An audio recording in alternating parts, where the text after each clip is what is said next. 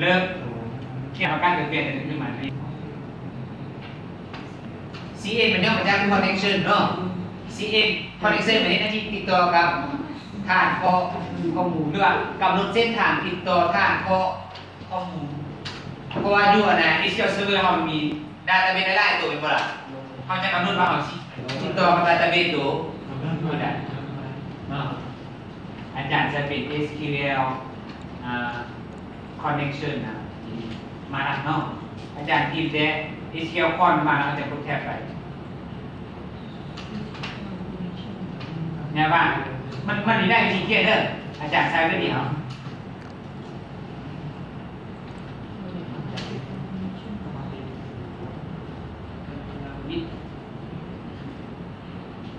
ขึ้นมาโดยเสียงเป็นดีบอกเอาหมดไม่ดีก็ได้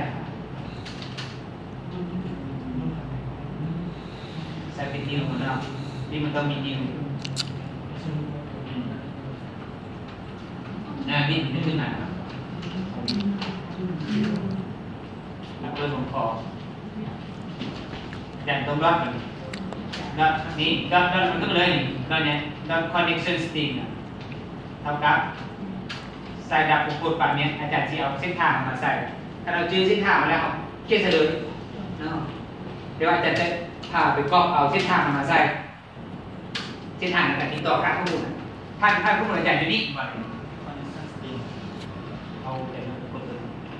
ท่านข้อมูลอาจารย์อยู่นี่เนาะอาจารย์ลงมากด XD แหละต่อไปแม่อาจารย์จะไปเอาเส้นทางในการเชื่อมต่อข้อมูลมา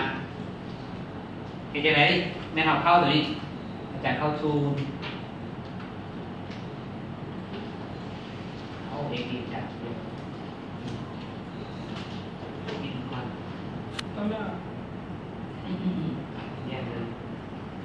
จะลงมากดอีกดีนี่นะครับ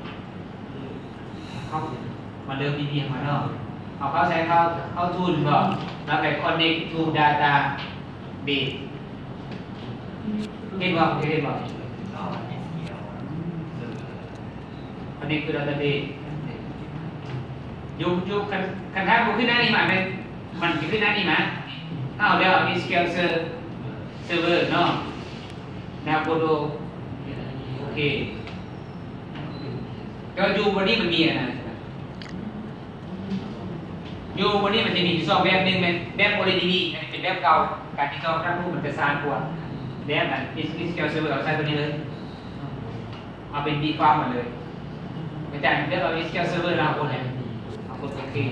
ถ้าเราติดต่อถ้าคุณ access ทำประเดี๋ยวตัวนี้อาจารย์กดโอเคเดี๋ยวแต่ว่าข้ออาจารย์เคยติดต่อมาแล้วแต่มันจะขึ้นหน้านี้มาเลย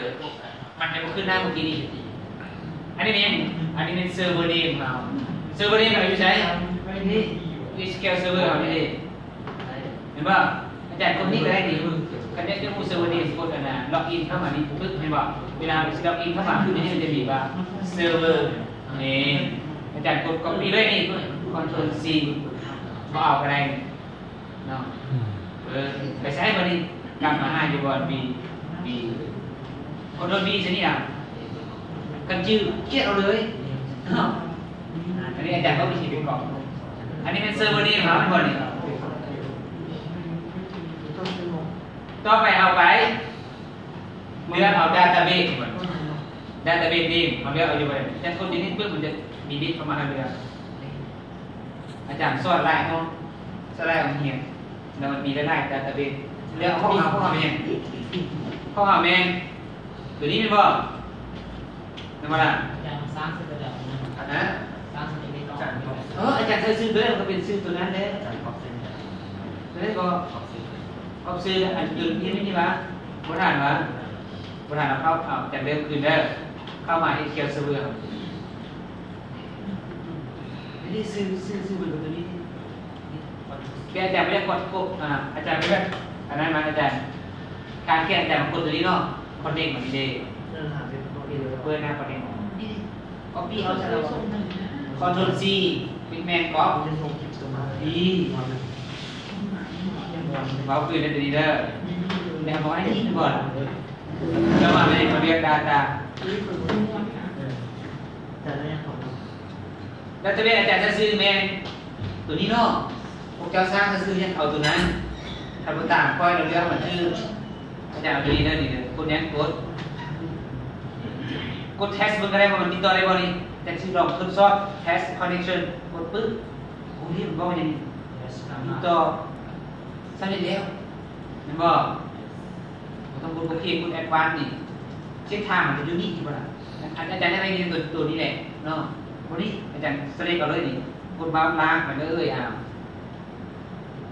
าจารย์บอก Ctrl C เอาเลย cancel ก็เอา cancel เอาเลยก็ต้องไปกดโอเคเลยเอาไว้ใช่ไหมเอาไว้นี่สำหรับ Ctrl ยัง Ctrl V จุ๊บอันนี้มันกำหนด